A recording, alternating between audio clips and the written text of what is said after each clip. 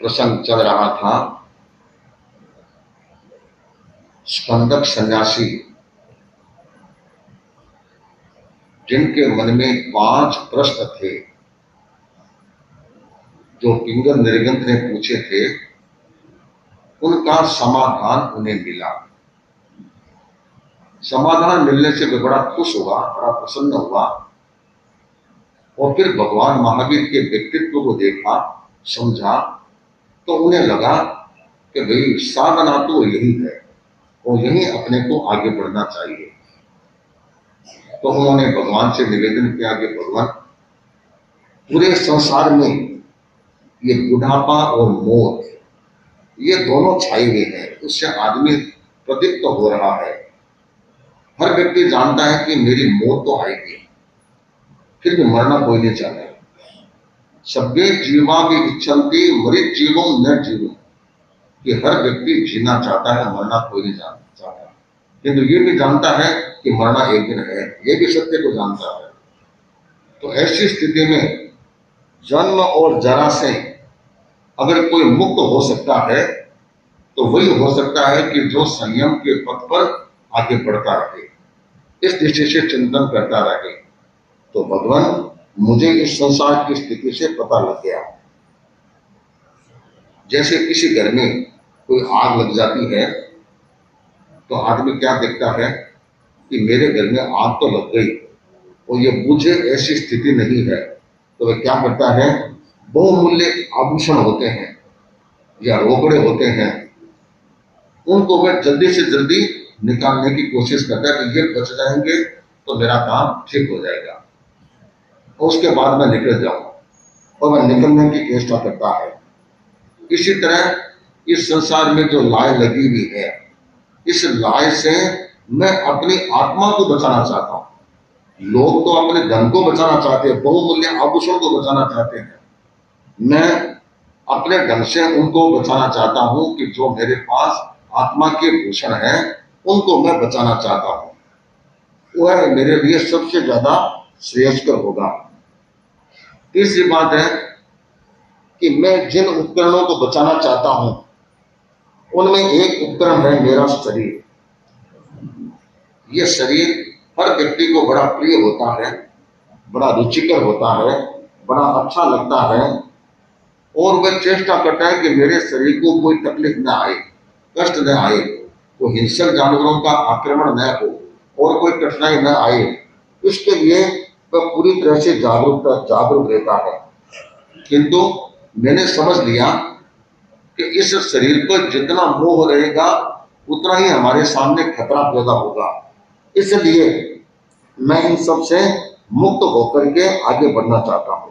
तो भगवान, तम इच्छामिनम देवानु किया स्वयमेव पब्बावियम स्वयमेव मुंडावियम स्वयमेव सेहावियम स्वयमेव शिक्षावियम स्वयमेव आयार भोजनम विनय विनय चरण करण जाया मायावत्यम धम्म माइकयम। वह सारी बात करने के बाद फिर भगवान को यह स्कंदक निवेदन करता है कि भगवान, अब मेरी इच्छा हो गई है। पहला क्या कि पप्पावियम, मैं आपके पास प्रवर्तित होना चाहता हूं, अर्थात दीक्षित होना चाहता हूं, आपसे संयमी बनना चाहता हूं, साधु बनना चाहता हूं। ये पहली बात कही। उसके बाद मैं आपके द्वारा मुंडावियम, मुंडित होना चाहता हूं, और तीसरी बात कही, मैं आपके द्वारा शैक्ष अथवा बाल मुनि, चाहे अवस्था कितने भी हो, किंतु दीक्षा लेते हैं तो बाल ही होता है, ठीक उम्र के हिसाब से हम बाल मुनि कहते हैं, तो दीक्षा पर्याय के हिसाब से वह बाल मुनि के रूप में कहा जाता है। मैं वह बनना चाहता हूं। चौथी बात कही, मैं आपके द्वारा शिक्षा वयम, मैं शिक्षा प्राप्त करना चाहता हूं। अभी परम पूज्य आचार्य श्री महासमण जी जब किसी को दीक्षा देते हैं तो सबसे पहले क्या होता है, पहले प्रवर्जित करते हैं। प्रवर्जित का मतलब उनको सामायिक पाठ का प्रत्याख्यान कराते हैं, साधुत्व का प्रत्याख्यान कराते हैं, सबसे पहले वह होता है। उसके बाद क्या करते हैं, मुंडन होता है, केश लोच होता है, शादियों का शादी प्रमुखा जी करती है, उनके निर्देश से करती है। और आचार्य प्रवर किसका करते हैं? जो संत होते हैं उनका करते हैं। वह मुंडन करते हैं। मुंडन करने के बाद वे क्या करते हैं?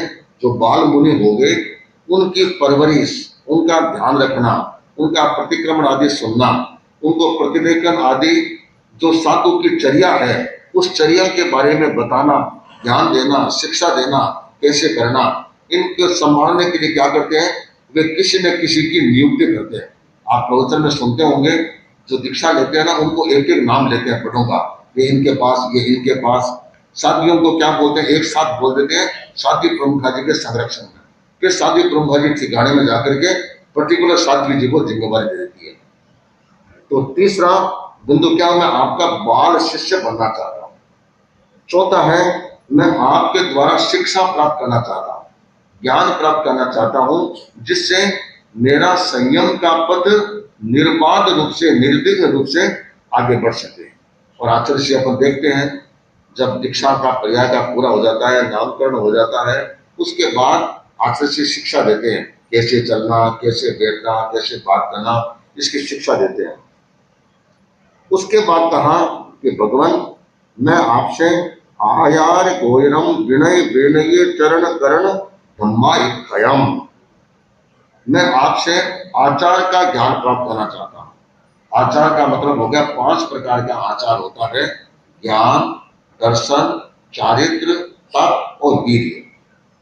ज्ञान के बारे में जानकर करना, सम्यक्तों को कैसे पुष्ट करना दर्शन हो गया, आचरण कैसे सम्यक बनाना चारित्र हो गया, जो भी तप रूप में मैं कुछ करूं वह भी मैं आगे बढ़ूं, और पराक्रम कैसे करूं। इन 5 बिंदुओं के आधार पर आप मुझे आचार के बारे में बताएं। फिर गोचर, गोचर का मतलब हो गया भिक्षाचर्या। कभी साधु बन गया तो मांगना है, घर घर में जाना है, घर घर में जाना है, मांगना है, उसके भी नियम है, रूल्स है, आचार संहिता है, कैसे जाना, कौन सी चीज लेना, सुस्ता असुस्ता क्या है, उसका भी ज्ञान होता है।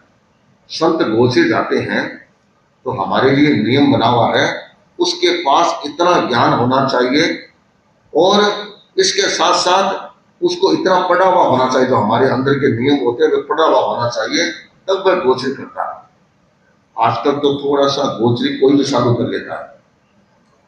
पुराने जमाने जब मेरी दीक्षा हुई तब तक कोई भी साधु बिना आचार्य की अनुमति के बिना गोचरी नहीं कर सकता। क्या कर सकता है? पानी ला सकता है, पात्र में ले जाओ, पानी भर लियो, गोचरी नहीं कर सकता।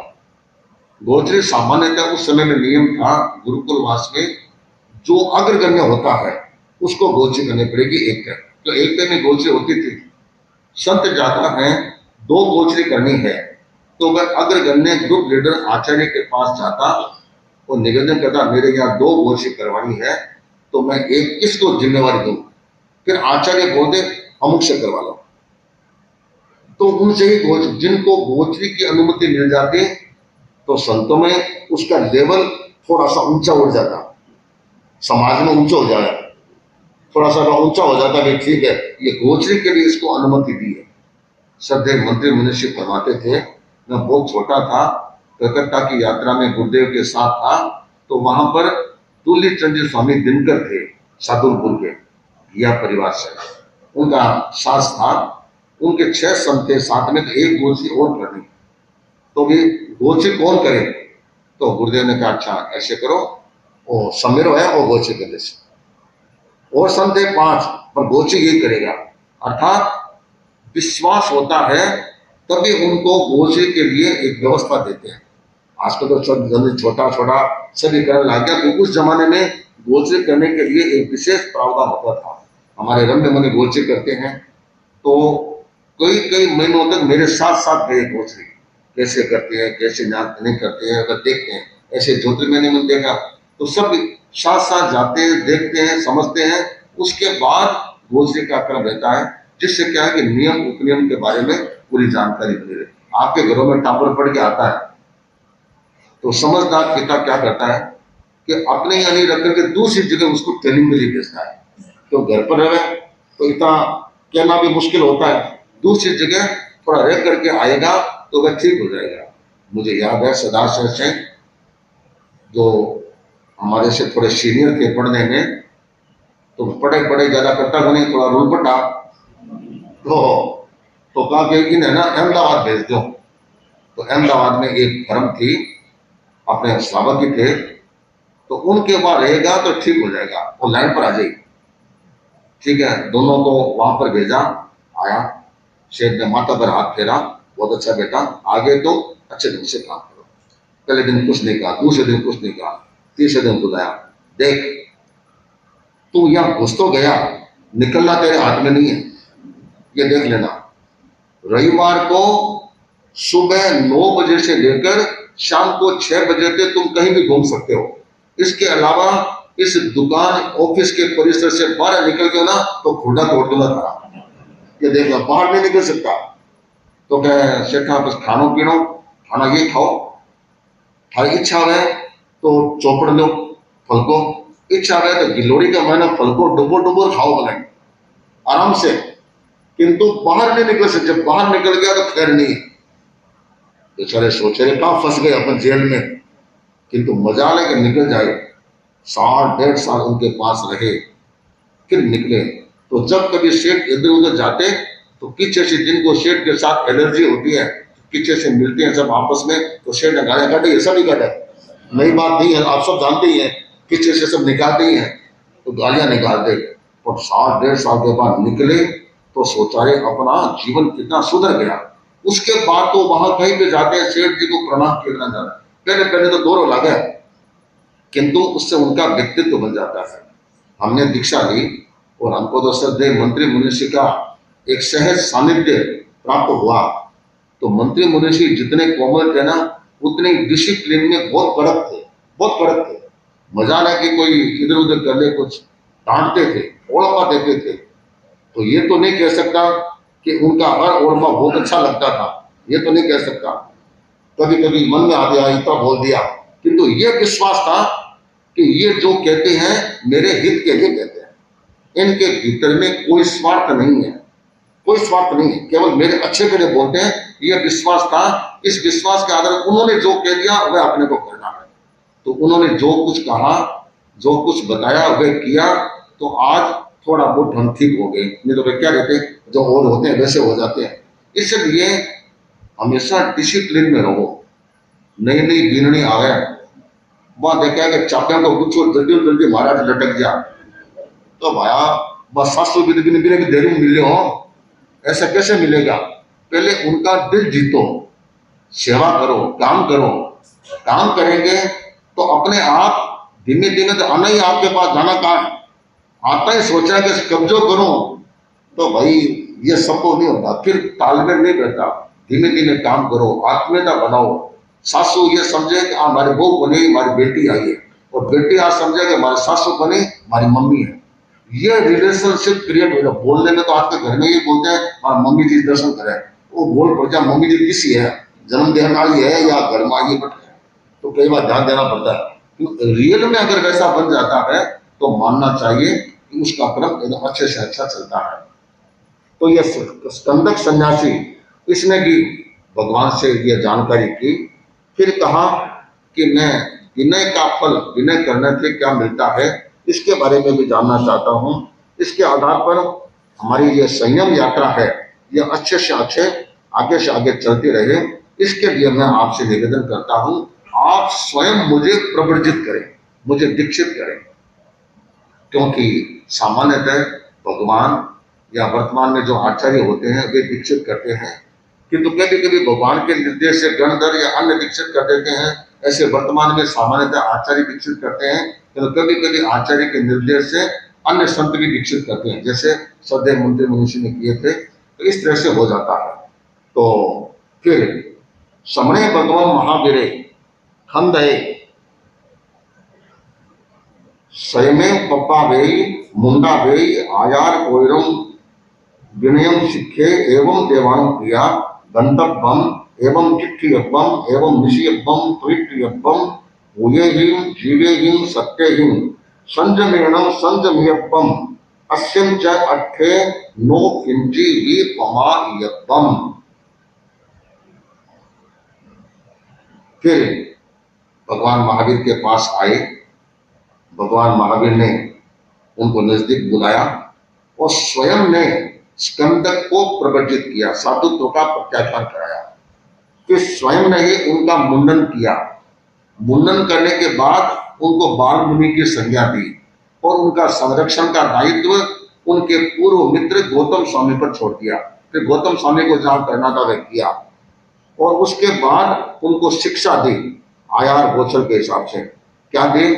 कैसे चलना चाहिए, देख देख के चलना चाहिए, क्रिया पूर्वक चलना चाहिए। कोतक घोड़े की तरह नहीं चलना, उछल तो कूद तो जावे, वैसे नहीं, एकदम नीचे जयना पूर्वक चलना चाहिए। अपने नियम है, अगर देख करके नहीं चले, जीव भी नहीं मरा तो भी दोष लगता है, क्योंकि प्रमाद है। नियम क्या है? क्रिया पूर्वक चलना। नहीं चलते हो तो तुम्हारे को दोष लगता है। भाषा, भाषा का विवेक, कि भाषा सावध्य भाषा न बोले, अप्रिय भाषा न बोले, किसी को कष्ट हो, किसी का मरण का उद्घाटन हो, ऐसी भाषा का प्रयोग न करे। हमारा 10वें कालिक सूत्र है जो बाल मुनियों को सिखाते हैं, उसका 7वां अध्ययन वक्र शुद्धि पूरा इसी को लेकर के है। साधु को किस प्रकार की भाषा बोलना, किस प्रकार की भाषा नहीं बोलना, पूरा शिक्षण इस एक अध्ययन के माध्यम से बाल संतों को दिया जाता है। तो ये ज्ञान उनको देते हैं। आपने शायद ध्यानपूर्वक सुना होगा, परम श्रद्धेय आचार्य प्रवर का प्रवचन आपने सुनते होंगे, उनकी भाषा में आपने देखा होगा, मजालय को निश्चय करने भाषा आ जाए, मजालय को सावध्य भाषा आ जाए, अन्य प्रकार की भाषा, कितना सजग है। तो जो जितना सजग रहता है उतना ही वह अपने भाषा पर विवेक रख सकता है। तो वह भगवान महावीर ने स्कंदक को ज्ञान दिया कि भाषा का प्रयोग हमारा कैसा होना चाहिए। इसी तरह कैसे रुकना चाहिए, कैसे बैठना चाहिए। बैठने से पहले जहाँ बैठते हैं वहां पर कुछ बिछाया नहीं बिछाया, वहां समाइकन आई, भाई लोग समाइकन आए, बात करते करते आए, सीधो बैठ को पटके और बैठ गया। अब बैठ के नीचे क्या है देखा नहीं, जबकि पूंजनी होती है। हमारे सामायिक के उपकरणों में एक पूंजनी होती है, तो पूंजनी से थोड़ा उसको पलना चाहिए हल्के से। कई कई पूछते हैं बैठ को है, बैठ का इसको झपीड़ मारे कि छोटा मोटा जीवन पटोड़िया पे तो मर जाए बेचारा, पे घायल हो जाए। तो ऐसे मारना नहीं है, शांति से पूंजना है। पूंजने का मतलब पूंजना ही है, बचड़ नहीं मारना है, ये ध्यान रखना चाहिए।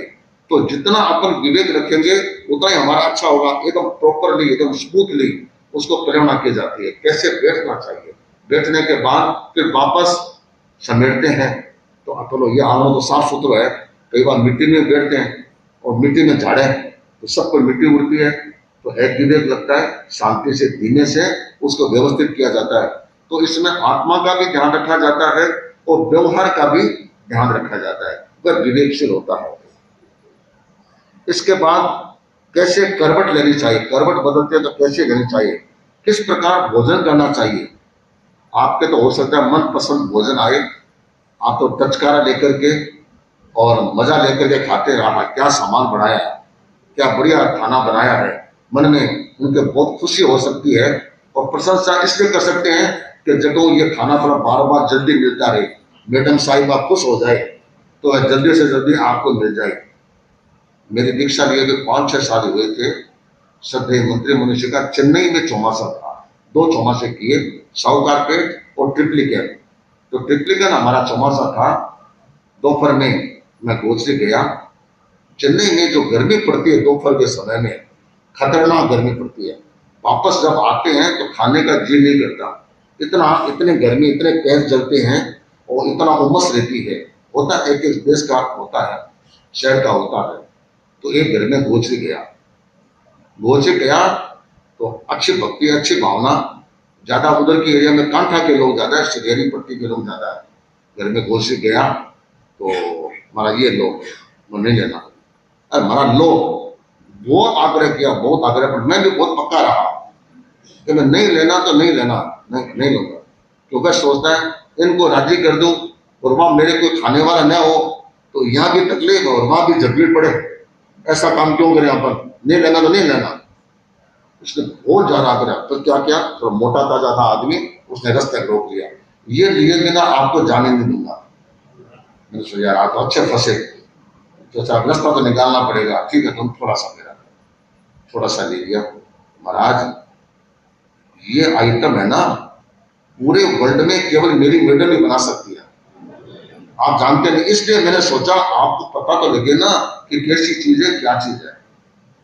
तो मैडम तो खुश होनी थी, स्वाभाविक है। मैं नीचे गया, गली में गया, देखा कोई नहीं है। महाराज एक छोटा वो समझो नहीं, मैं गर्भिश थी हाँ, तो एक कोई चीज में इशारा करूँ ना, बातचीत थोड़ी सी ले लिया करो, जगह कहीं 10-20 दिनों बने बस कैसा तो उसी ये लगेगा 5-7 दिनों से बनाती रहेगी तो मेरे लिए काम भी अच्छा हो जाएगा। अब अपने आप में लोग अंदर से सोचते हैं, तो मेरे को उसने ज्ञान भी दिया, तो ठीक है भी ज्ञान देते हैं, देने दो कोई बात नहीं, अपना काम हो जाएगा। तो अपन साधु संत होते हैं, कैसी भी चीज आ जाए, कई बार सामान्य भी आ जाती है, कई बार विशिष्ट भी आ जाती है, सहज भाव से। जैसे सांप बिल में घुसता है ना, कितना टेढ़ा मेढ़ा चलता है, तो जो बिल में घुसता है ना एकदम सीधा हो जाता है। तो जो भी खाना जा रहा है मानो बिल में जा रहा है, सहज भाव से कि शरीर को चलाने के लिए, संयम जीवन का निर्वहन करने के लिए अपने को ये सारे कार्य करने होते हैं, इसलिए मुझे ये काम करना है, इसलिए मुझे इन चीजों का ध्यान रखना। इस दृष्टि से अगर वह जागरूकता के साथ खाना खाता है और उन चीजों से उपरत होकर बिना किसी आसक्ति के भाव से वह खाता है, तो उसके प्रति, संयम के प्रति उसके मन में निष्ठा का भाव बना रहता है। और भगवान महावीर ने अंतिम शिक्षा दी, कोई भी काम करो, प्राण, भूत, जीव, सत्व, ये जीव जितने भी प्राणी है, उन प्राणी के प्रति तुम्हारे भीतर में अनुकंपा का भाव का मतलब उनकी हिंसा से बचना चाहिए। अनुकंपा का मतलब बचाना नहीं है, अनुकंपा का मतलब है उनकी हिंसा से बचना। उनकी हिंसा से जितना तो बचने का प्रयास करो, बचोगे तो तुम्हारे जीवन में अप्रमत्तता रह सकेगी और प्रमाद तुम्हारे आसपास में नहीं आ सकेगा। तो ये भगवान ने उनको शिक्षा दी है। वो शिक्षा देने के बाद उन्होंने 3 बार वंदना की, वंदना करने के बाद कृतज्ञता ज्ञापित की। अब स्कंदक आगे अपने दिनचर्या को किस रूप में कन्वर्ट करता है, इसकी चर्चा अपन आगे